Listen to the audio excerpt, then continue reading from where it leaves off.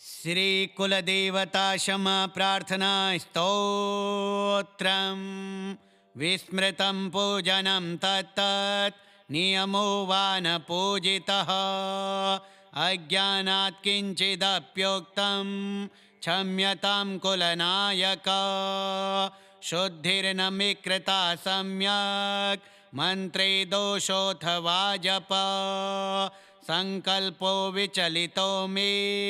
क्षम्यतां देवदारुणं नैवेद्यं यदि न्यूनं वा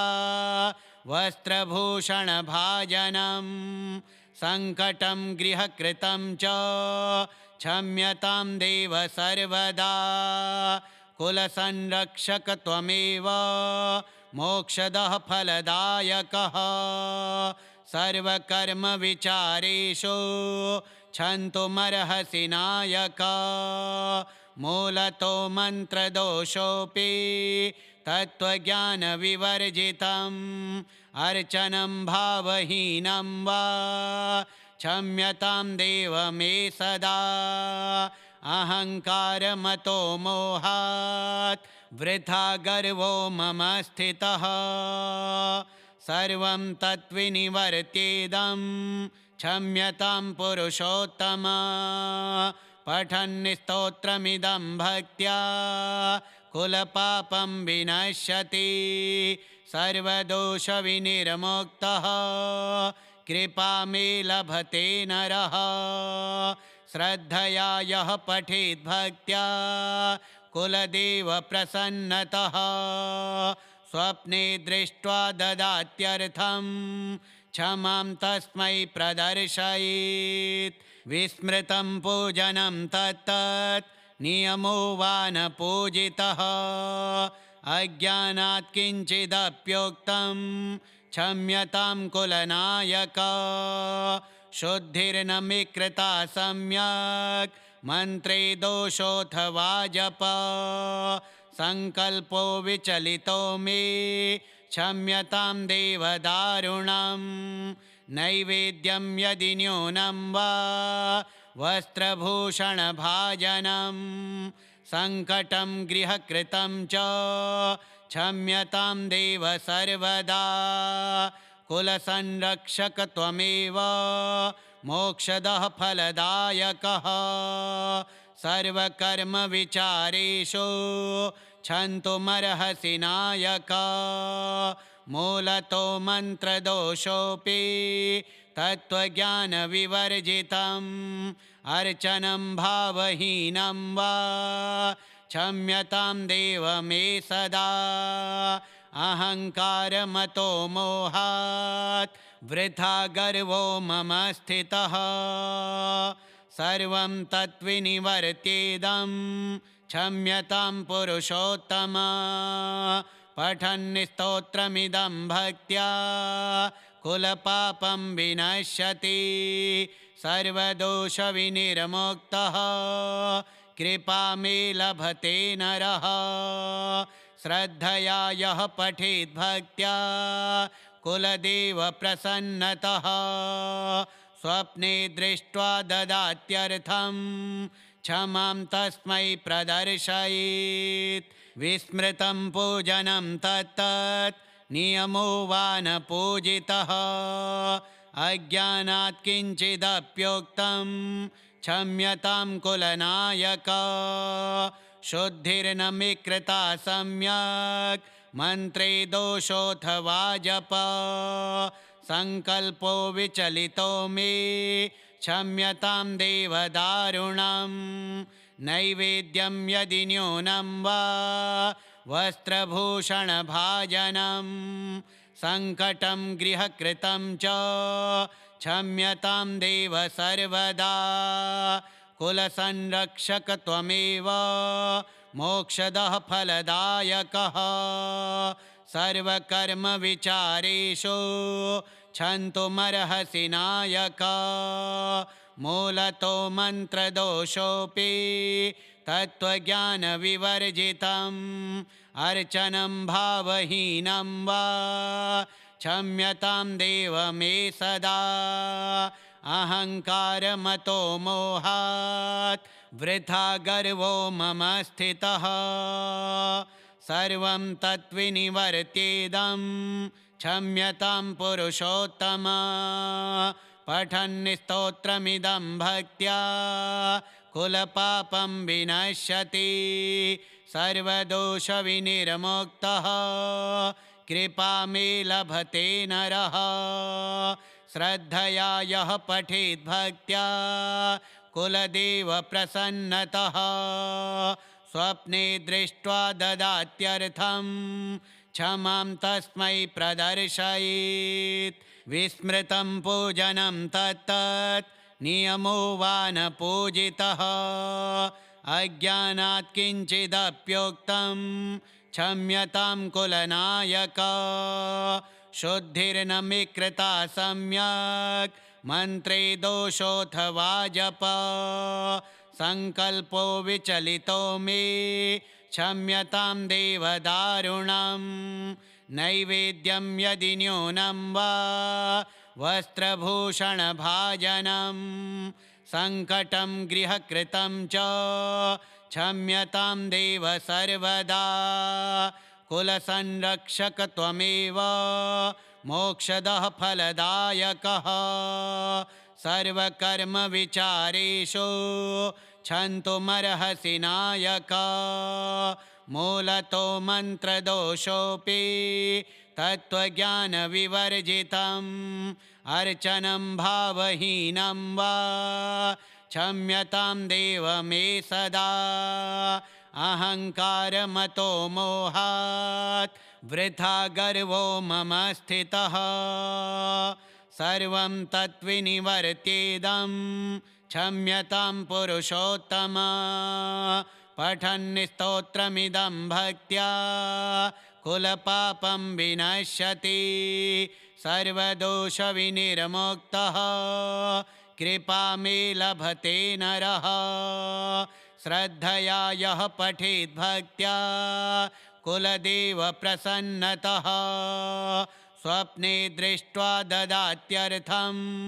क्षमां तस्मै प्रदर्शयेत् विस्मृतं पूजनं तत्तत् नियमो वा न पूजितः अज्ञानात् किञ्चिदप्योक्तं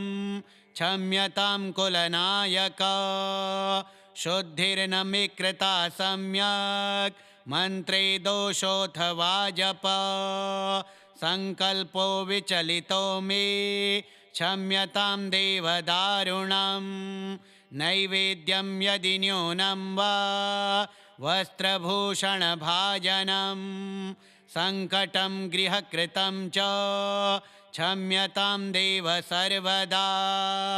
कुलसंरक्षक त्वमेव मोक्षदः फलदायकः सर्वकर्मविचारेषु क्षन्तुमर्हसि नायक मूलतो मन्त्रदोषोऽपि तत्त्वज्ञानविवर्जितम् अर्चनं भावहीनं वा क्षम्यतां देव मे सदा अहङ्कारमतो मोहात् वृथा गर्वो मम स्थितः सर्वं तद्विनिवर्त्येदं क्षम्यतां पुरुषोत्तम पठन् स्तोत्रमिदं भक्त्या कुलपापं विनश्यति सर्वदोषविनिर्मुक्तः कृपामे लभते नरः श्रद्धया यः पठेत् भक्त्या कुलदेव प्रसन्नतः स्वप्ने दृष्ट्वा ददात्यर्थं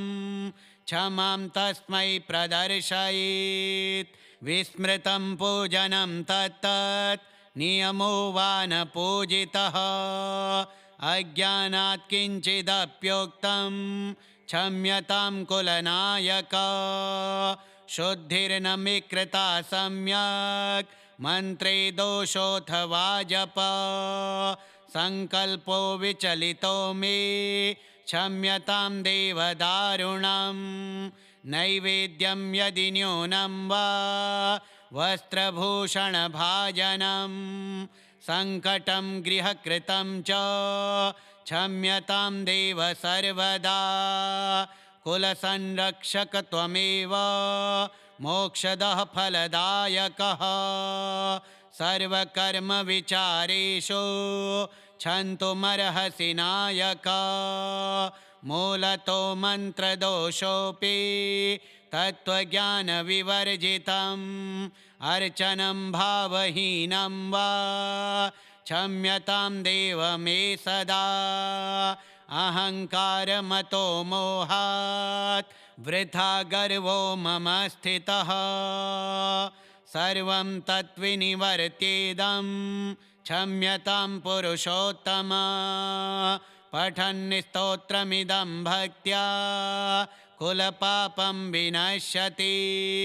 सर्वदोषविनिर्मुक्तः कृपा मे लभते नरः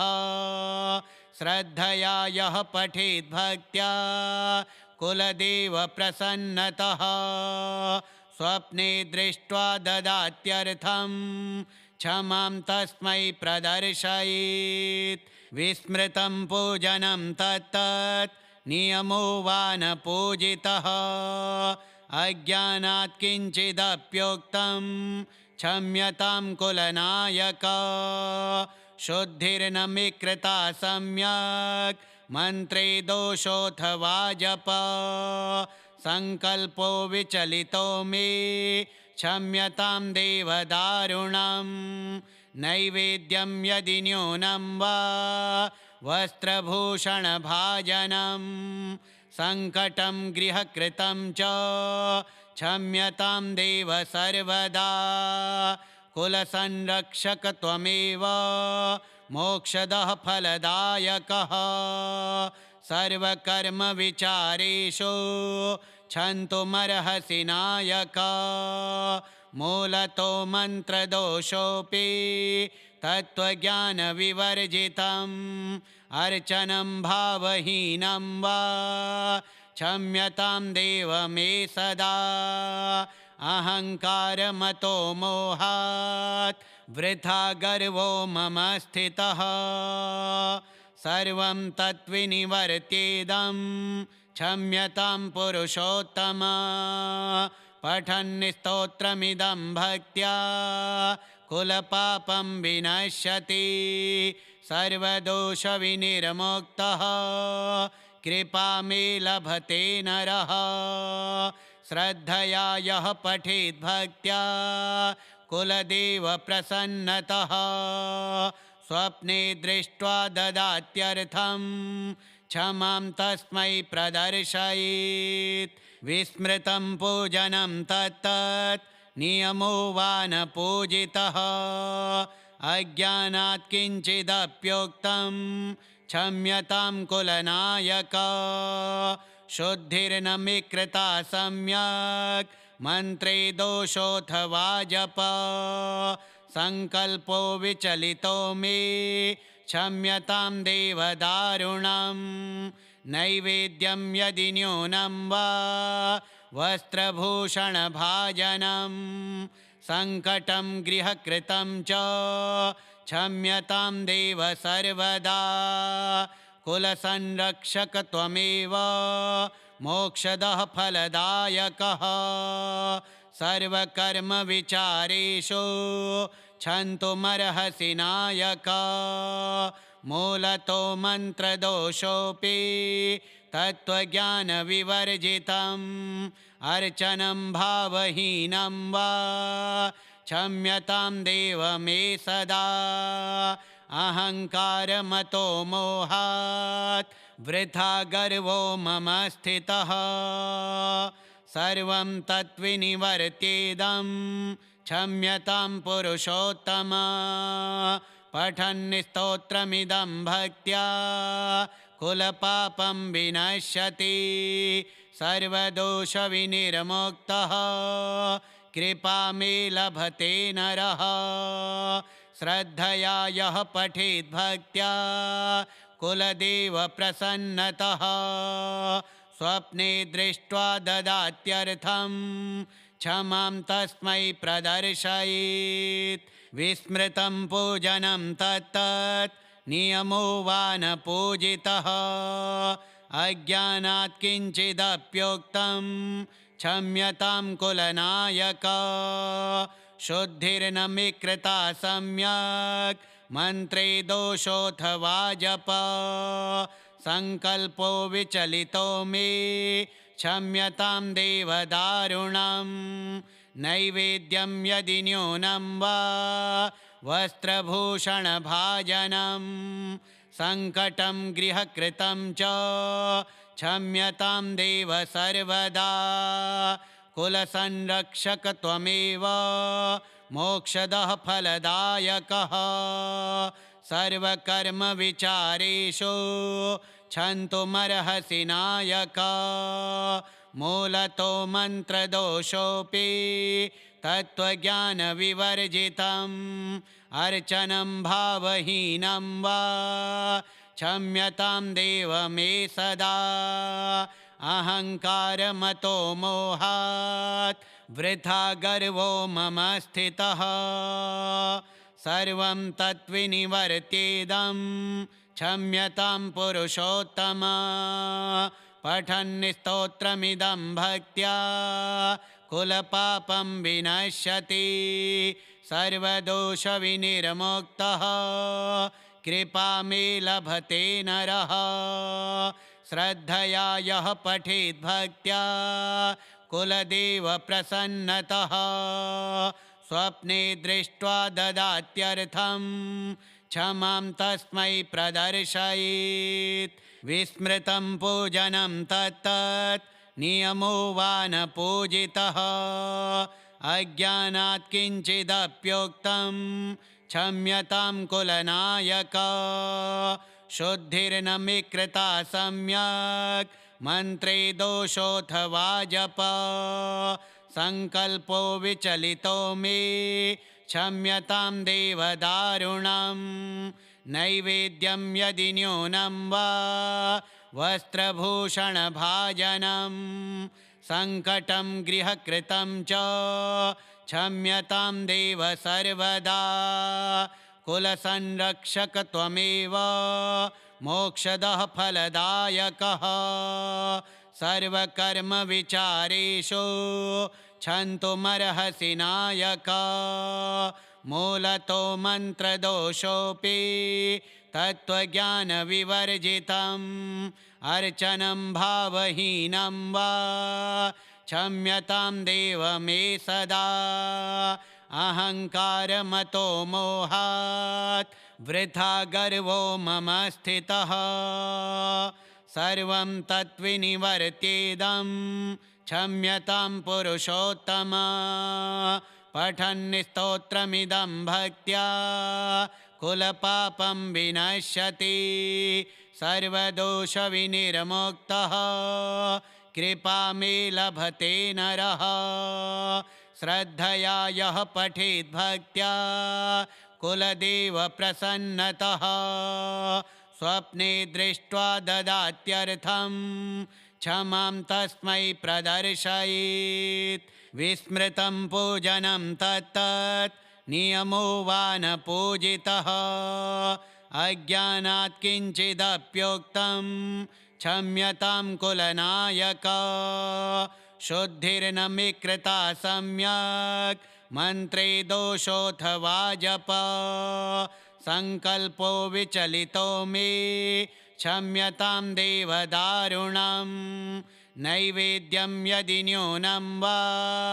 वस्त्रभूषणभाजनं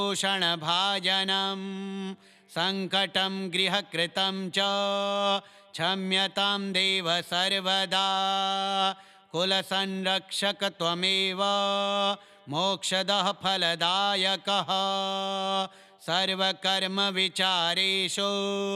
क्षन्तुमर्हसि नायक मूलतो मन्त्रदोषोऽपि तत्त्वज्ञानविवर्जितम् अर्चनं भावहीनं वा क्षम्यतां देव मे सदा अहङ्कारमतो मोहात् वृथा गर्वो मम स्थितः सर्वं तद्विनिवर्त्येदं क्षम्यतां पुरुषोत्तम पठन् स्तोत्रमिदं भक्त्या कुलपापं विनश्यति सर्वदोषविनिर्मुक्तः कृपामे लभते नरः श्रद्धया यः पठेत् भक्त्या कुलदेव प्रसन्नतः स्वप्ने दृष्ट्वा ददात्यर्थं क्षमां तस्मै प्रदर्शयेत् विस्मृतं पूजनं तत्तत् नियमो वा न पूजितः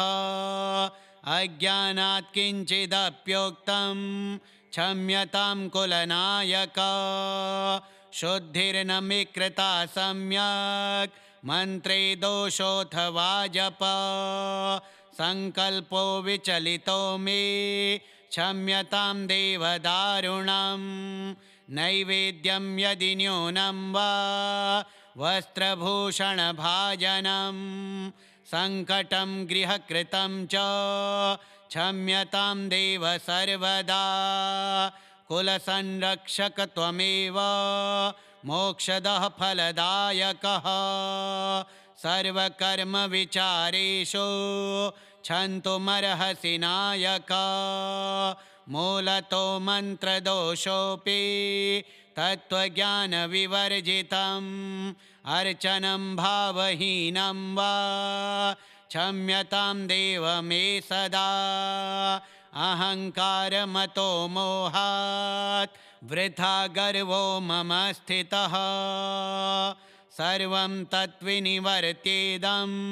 क्षम्यतां पुरुषोत्तम पठन् स्तोत्रमिदं भक्त्या कुलपापं विनश्यति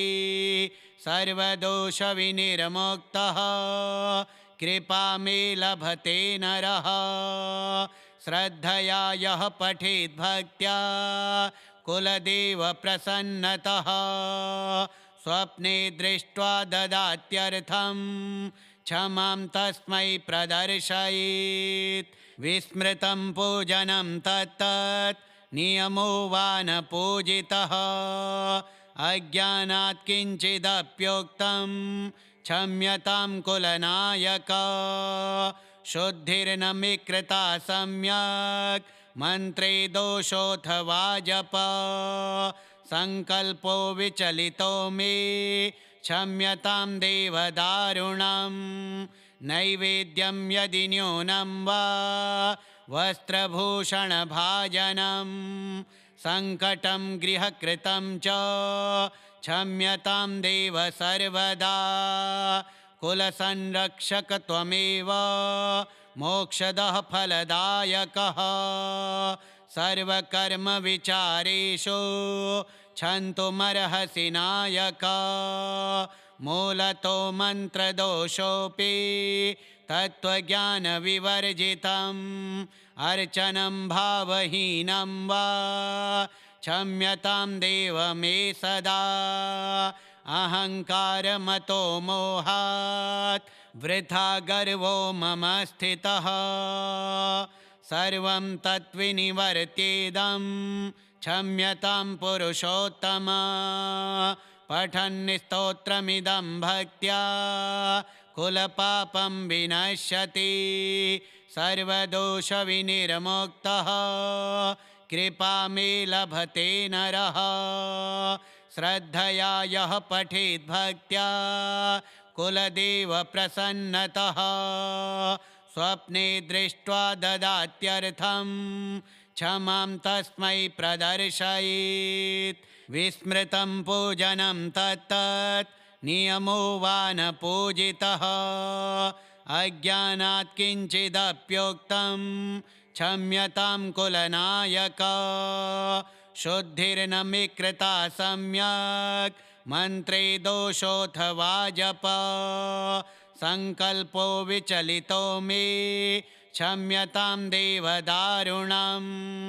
नैवेद्यं यदि न्यूनं वा वस्त्रभूषणभाजनं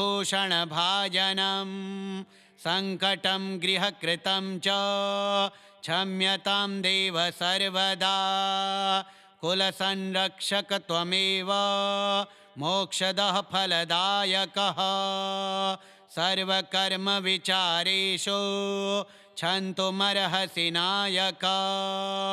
मूलतो मन्त्रदोषोऽपि तत्त्वज्ञानविवर्जितम् अर्चनं भावहीनं वा क्षम्यतां देव मे सदा अहङ्कारमतो मोहात् वृथा गर्वो मम स्थितः सर्वं तद्विनिवर्त्येदं क्षम्यतां पुरुषोत्तम पठन् स्तोत्रमिदं भक्त्या कुलपापं विनश्यति सर्वदोषविनिर्मुक्तः कृपा मे लभते नरः श्रद्धया यः पठेत् भक्त्या कुलदेव प्रसन्नतः स्वप्ने दृष्ट्वा ददात्यर्थं क्षमां तस्मै प्रदर्शयेत् विस्मृतं पूजनं तत्तत् नियमो वा न पूजितः अज्ञानात् किञ्चिदप्योक्तं क्षम्यतां कुलनायक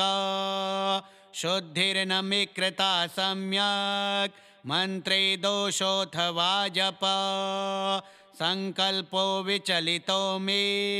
क्षम्यतां देव दारुणम् नैवेद्यं यदि न्यूनं वा वस्त्रभूषणभाजनं संकटं गृहकृतं च क्षम्यतां देव सर्वदा कुलसंरक्षक त्वमेव मोक्षदः फलदायकः सर्वकर्मविचारेषु क्षन्तुमर्हसि नायक मूलतो मन्त्रदोषोऽपि तत्त्वज्ञानविवर्जितम् अर्चनं भावहीनं वा क्षम्यतां देव मे सदा अहङ्कारमतो मोहात् वृथा गर्वो मम स्थितः सर्वं तद्विनिवर्त्येदं क्षम्यतां पुरुषोत्तम पठन् स्तोत्रमिदं भक्त्या कुलपापं विनश्यति सर्वदोषविनिर्मुक्तः कृपा मे लभते नरः श्रद्धया यः पठेत् भक्त्या कुलदेव प्रसन्नतः स्वप्ने दृष्ट्वा ददात्यर्थं क्षमां तस्मै प्रदर्शयेत् विस्मृतं पूजनं तत्तत् नियमो वा न पूजितः अज्ञानात् किञ्चिदप्योक्तं क्षम्यतां कुलनायक शुद्धिर्न मे कृता सम्यक् मन्त्रे दोषोऽथवा जप संकल्पो विचलितो मे क्षम्यतां देव दारुणम् नैवेद्यं यदि न्यूनं वा वस्त्रभूषणभाजनं संकटं गृहकृतं च क्षम्यतां देव सर्वदा कुलसंरक्षक त्वमेव मोक्षदः फलदायकः सर्वकर्मविचारेषु क्षन्तुमर्हसि नायक मूलतो मन्त्रदोषोऽपि तत्त्वज्ञानविवर्जितम् अर्चनं भावहीनं वा क्षम्यतां देव मे सदा अहङ्कारमतो मोहात् वृथा गर्वो मम स्थितः सर्वं तद्विनिवर्त्येदं क्षम्यतां पुरुषोत्तम पठन् स्तोत्रमिदं भक्त्या कुलपापं विनश्यति सर्वदोषविनिर्मुक्तः कृपा मे लभते नरः श्रद्धया यः पठेत् भक्त्या कुलदेव प्रसन्नतः स्वप्ने दृष्ट्वा ददात्यर्थं क्षमां तस्मै प्रदर्शयेत् विस्मृतं पूजनं तत्तत् नियमो वा न पूजितः अज्ञानात् किञ्चिदप्योक्तं क्षम्यतां कुलनायक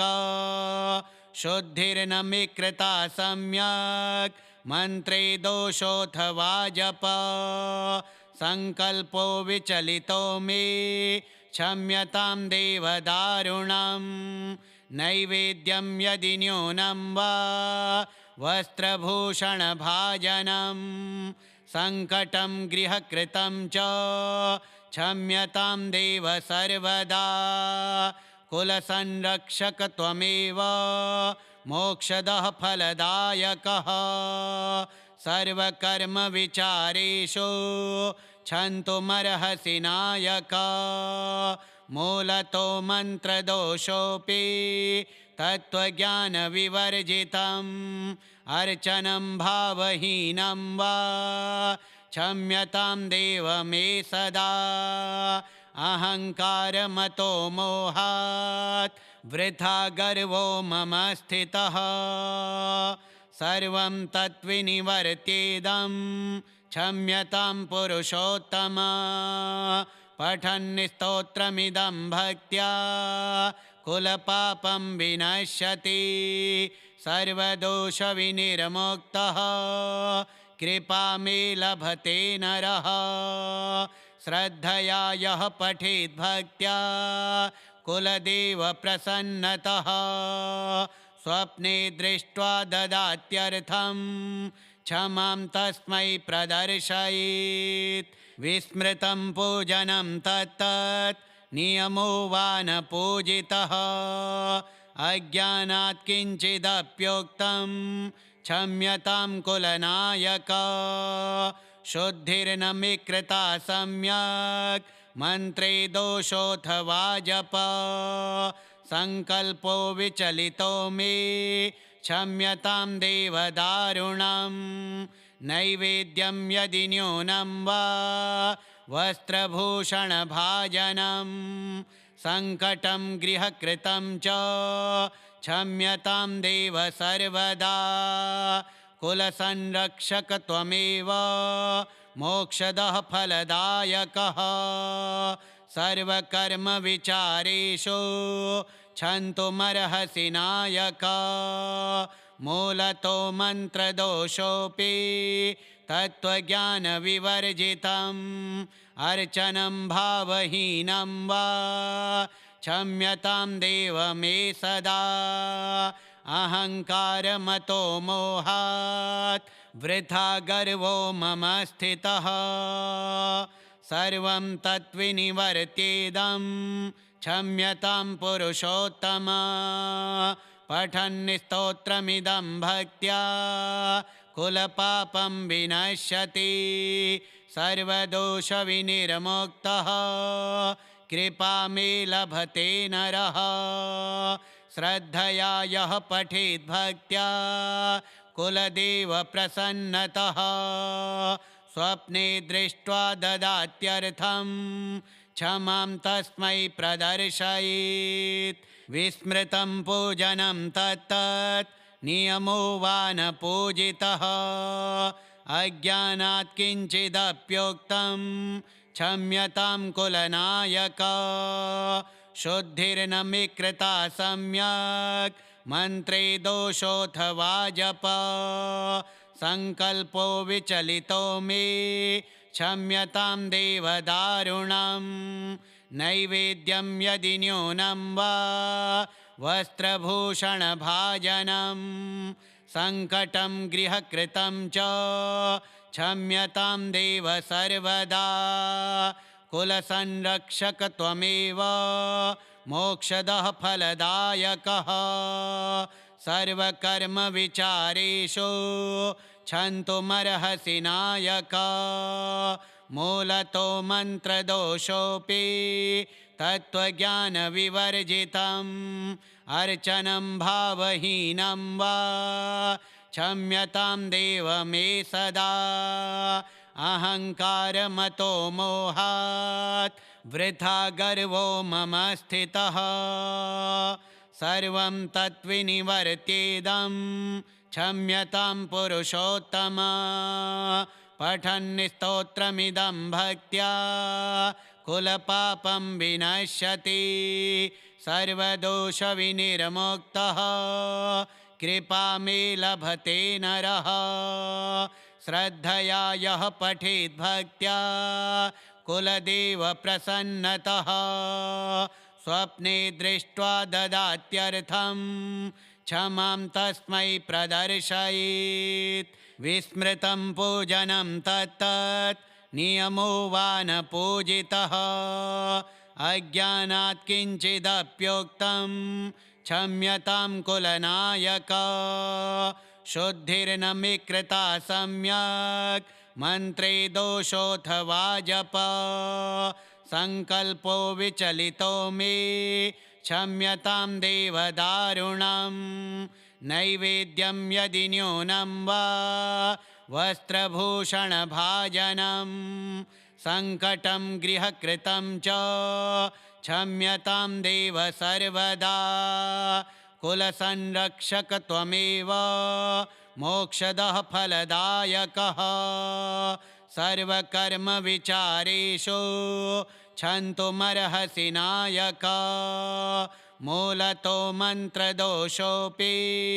तत्त्वज्ञानविवर्जितम् अर्चनं भावहीनं वा क्षम्यतां देव मे सदा अहङ्कारमतो मोहात् वृथा गर्वो मम स्थितः सर्वं तद्विनिवर्त्येदं क्षम्यतां पुरुषोत्तम पठन् स्तोत्रमिदं भक्त्या कुलपापं विनश्यति सर्वदोषविनिर्मुक्तः कृपामे लभते नरः श्रद्धया यः पठेत् भक्त्या कुलदेवप्रसन्नतः स्वप्ने दृष्ट्वा ददात्यर्थं क्षमां तस्मै प्रदर्शयेत् विस्मृतं पूजनं तत्तत् नियमो वा न पूजितः अज्ञानात् किञ्चिदप्योक्तं क्षम्यतां कुलनायक शुद्धिर्न मे कृता सम्यक् मन्त्रे दोषोऽथवा जप संकल्पो विचलितो मे क्षम्यतां देवदारुणं नैवेद्यं यदि न्यूनं वा वस्त्रभूषणभाजनं संकटं गृहकृतं च क्षम्यतां देव सर्वदा कुलसंरक्षक त्वमेव मोक्षदः फलदायकः सर्वकर्मविचारेषु क्षन्तुमर्हसि नायक मूलतो मन्त्रदोषोऽपि तत्त्वज्ञानविवर्जितम् अर्चनं भावहीनं वा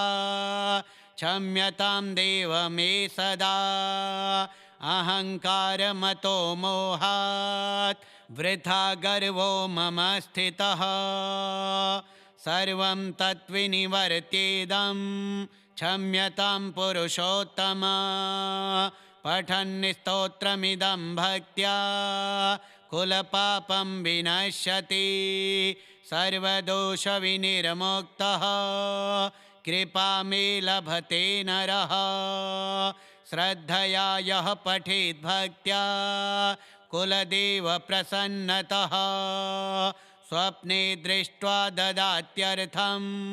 क्षमां तस्मै प्रदर्शयेत् विस्मृतं पूजनं तत्तत् नियमो वा न पूजितः अज्ञानात् किञ्चिदप्योक्तं क्षम्यतां कुलनायक शुद्धिर्न मे कृता सम्यक् मन्त्रे दोषोऽथवा जप संकल्पो विचलितो मे क्षम्यतां देवदारुणं नैवेद्यं यदि न्यूनं वा वस्त्रभूषणभाजनं संकटं गृहकृतं च क्षम्यतां देव सर्वदा कुलसंरक्षक त्वमेव मोक्षदः फलदायकः सर्वकर्मविचारेषु क्षन्तुमर्हसि नायक मूलतो मन्त्रदोषोऽपि तत्त्वज्ञानविवर्जितम् अर्चनं भावहीनं वा क्षम्यतां देव मे सदा अहङ्कारमतो मोहात् वृथा गर्वो मम स्थितः सर्वं तद्विनिवर्त्येदं क्षम्यतां पुरुषोत्तम पठन् स्तोत्रमिदं भक्त्या कुलपापं विनश्यति सर्वदोषविनिर्मुक्तः कृपा मे लभते नरः श्रद्धया यः पठेत् भक्त्या कुलदेव प्रसन्नतः स्वप्ने दृष्ट्वा ददात्यर्थं क्षमां तस्मै प्रदर्शयेत् विस्मृतं पूजनं तत्तत् नियमो वा न पूजितः अज्ञानात् किञ्चिदप्योक्तं क्षम्यतां कुलनायक शुद्धिर्न मे कृता सम्यक् मन्त्रे दोषोऽथवा जप संकल्पो विचलितो मे क्षम्यतां देव दारुणं नैवेद्यं यदि न्यूनं वा वस्त्रभूषणभाजनं संकटं गृहकृतं च क्षम्यतां देव सर्वदा कुलसंरक्षक त्वमेव मोक्षदः फलदायकः सर्वकर्मविचारेषु क्षन्तुमर्हसि नायक मूलतो मन्त्रदोषोऽपि तत्त्वज्ञानविवर्जितम् अर्चनं भावहीनं वा क्षम्यतां देव मे सदा अहङ्कारमतो मोहात् वृथा गर्वो मम स्थितः सर्वं तद्विनिवर्त्येदं क्षम्यतां पुरुषोत्तम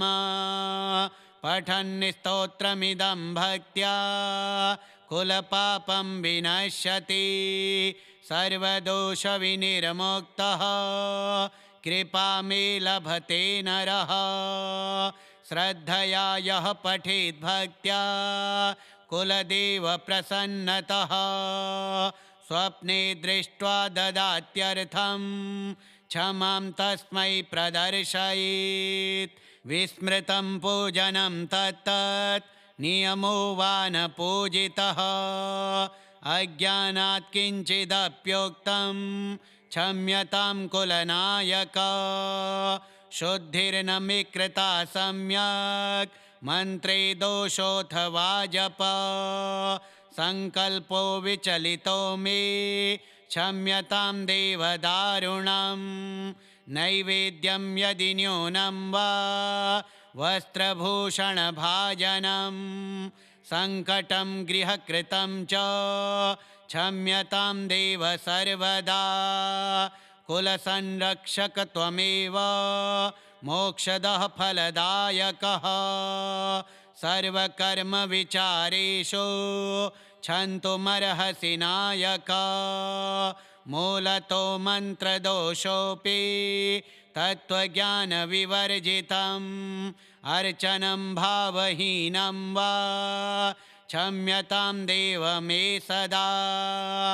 अहङ्कारमतो मोहात् वृथा गर्वो मम स्थितः सर्वं तद्विनिवर्त्येदं क्षम्यतां पुरुषोत्तम पठन् स्तोत्रमिदं भक्त्या कुलपापं विनश्यति सर्वदोषविनिर्मुक्तः कृपा मे लभते नरः श्रद्धया यः पठेत् भक्त्या कुलदेव प्रसन्नतः स्वप्ने दृष्ट्वा ददात्यर्थं क्षमां तस्मै प्रदर्शयेत् विस्मृतं पूजनं तत्तत् नियमो वा न पूजितः अज्ञानात् किञ्चिदप्योक्तं क्षम्यतां कुलनायक शुद्धिर्न मे कृता सम्यक् मन्त्रे दोषोऽथवा जप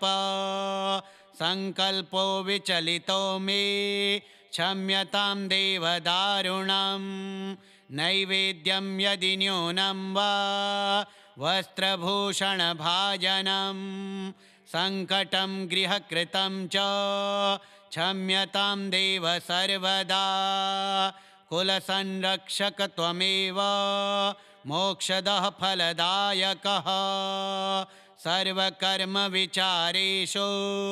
क्षन्तुमर्हसि नायक मूलतो मन्त्रदोषोऽपि तत्त्वज्ञानविवर्जितम् अर्चनं भावहीनं वा क्षम्यतां देव मे सदा अहङ्कारमतो मोहात् वृथा गर्वो मम स्थितः सर्वं तद्विनिवर्त्येदं क्षम्यतां पुरुषोत्तम पठन् स्तोत्रमिदं भक्त्या कुलपापं विनश्यति सर्वदोषविनिर्मुक्तः कृपा मे लभते नरः श्रद्धया यः पठेत् भक्त्या कुलदेव प्रसन्नतः स्वप्ने दृष्ट्वा ददात्यर्थं क्षमां तस्मै प्रदर्शयेत् विस्मृतं पूजनं तत्तत् नियमो वा न पूजितः अज्ञानात् किञ्चिदप्योक्तं क्षम्यतां कुलनायक शुद्धिर्न मे कृता सम्यक् मन्त्रे दोषोऽथवा जप सङ्कल्पो विचलितो मे क्षम्यतां देवदारुणं नैवेद्यं यदि न्यूनं वा वस्त्रभूषणभाजनं सङ्कटं गृहकृतं च क्षम्यतां देव सर्वदा कुलसंरक्षक त्वमेव मोक्षदः फलदायकः सर्वकर्मविचारेषु क्षन्तुमर्हसि नायक मूलतो मन्त्रदोषोऽपि तत्त्वज्ञानविवर्जितम् अर्चनं भावहीनं वा क्षम्यतां देव मे सदा अहङ्कारमतो मोहात् वृथा गर्वो मम स्थितः सर्वं तद्विनिवर्त्येदं क्षम्यतां पुरुषोत्तम पठन् स्तोत्रमिदं भक्त्या कुलपापं विनश्यति सर्वदोषविनिर्मुक्तः कृपा मे लभते नरः श्रद्धया यः पठेत् भक्त्या कुलदेव प्रसन्नतः स्वप्ने दृष्ट्वा ददात्यर्थं क्षमां तस्मै प्रदर्शयेत् विस्मृतं पूजनं तत्तत् नियमो वा न पूजितः अज्ञानात् किञ्चिदप्योक्तं क्षम्यतां कुलनायक शुद्धिर्न मे कृता सम्यक् मन्त्रे दोषोऽथवा जप सङ्कल्पो विचलितो मे क्षम्यतां देवदारुणं नैवेद्यं यदि न्यूनं वा वस्त्रभूषणभाजनं सङ्कटं गृहकृतं च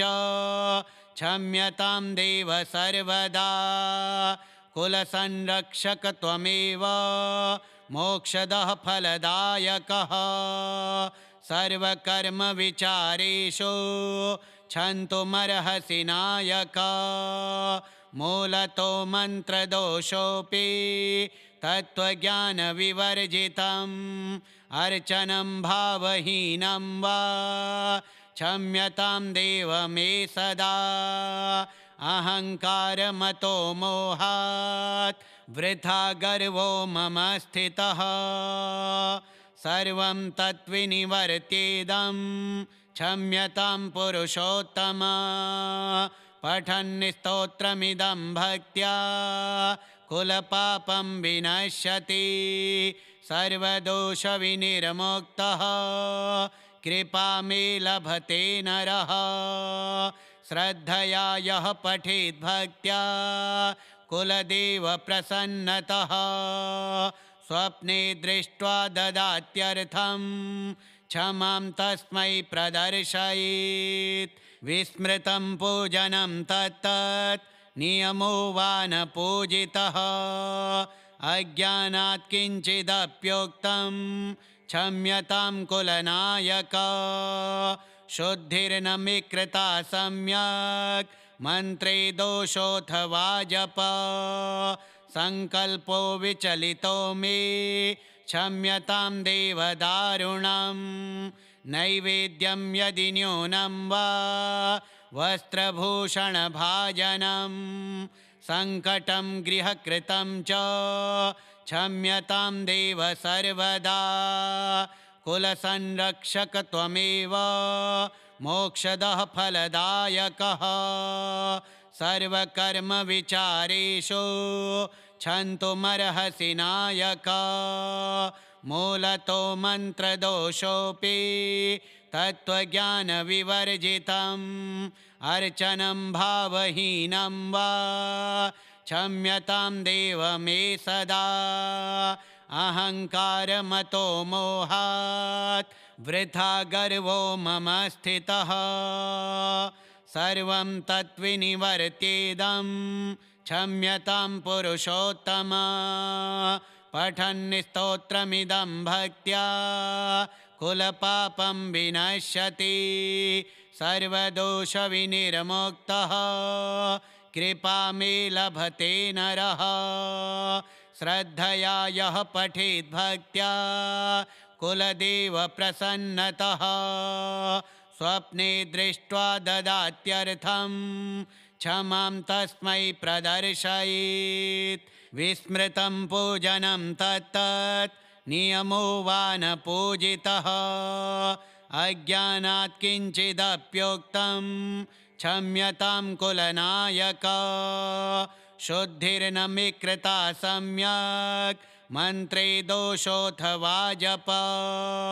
संकल्पो विचलितो मे क्षम्यतां देवदारुणं नैवेद्यं यदि न्यूनं वा वस्त्रभूषणभाजनं सङ्कटं गृहकृतं च क्षम्यतां देव सर्वदा कुलसंरक्षक त्वमेव मोक्षदः फलदायकः सर्वकर्मविचारेषु क्षन्तुमर्हसि नायक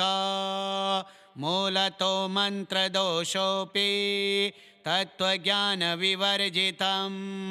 अर्चनं भावहीनं वा क्षम्यतां देव मे सदा अहङ्कारमतो मोहात् वृथा गर्वो मम स्थितः सर्वं तद्विनिवर्त्येदं क्षम्यतां पुरुषोत्तम पठन् स्तोत्रमिदं भक्त्या कुलपापं विनश्यति सर्वदोषविनिर्मुक्तः कृपा मे लभते नरः श्रद्धया यः पठेत् भक्त्या कुलदेव प्रसन्नतः स्वप्ने दृष्ट्वा ददात्यर्थं क्षमां तस्मै प्रदर्शयेत् विस्मृतं पूजनं तत्तत् नियमो वा न पूजितः अज्ञानात् किञ्चिदप्योक्तं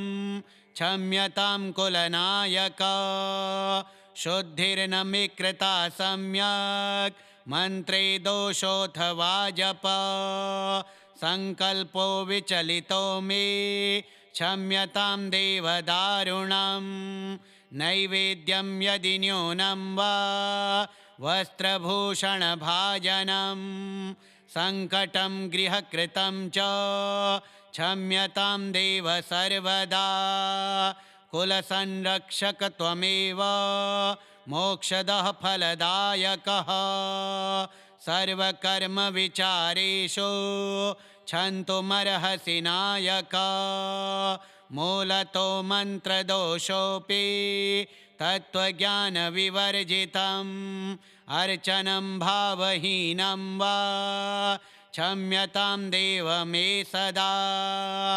अहङ्कारमतो मोहात् वृथा गर्वो मम स्थितः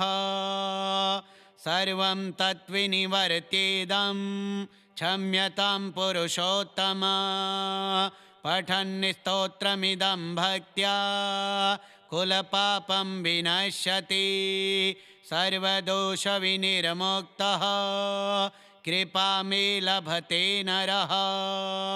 श्रद्धया यः पठेत् भक्त्या कुलदेव प्रसन्नतः स्वप्ने दृष्ट्वा ददात्यर्थं क्षमां तस्मै प्रदर्शयेत् विस्मृतं पूजनं तत्तत् नियमो वा न पूजितः अज्ञानात् किञ्चिदप्योक्तं क्षम्यतां कुलनायक शुद्धिर्न मे कृता सम्यक् मन्त्रे दोषोऽथवा जप संकल्पो विचलितो मे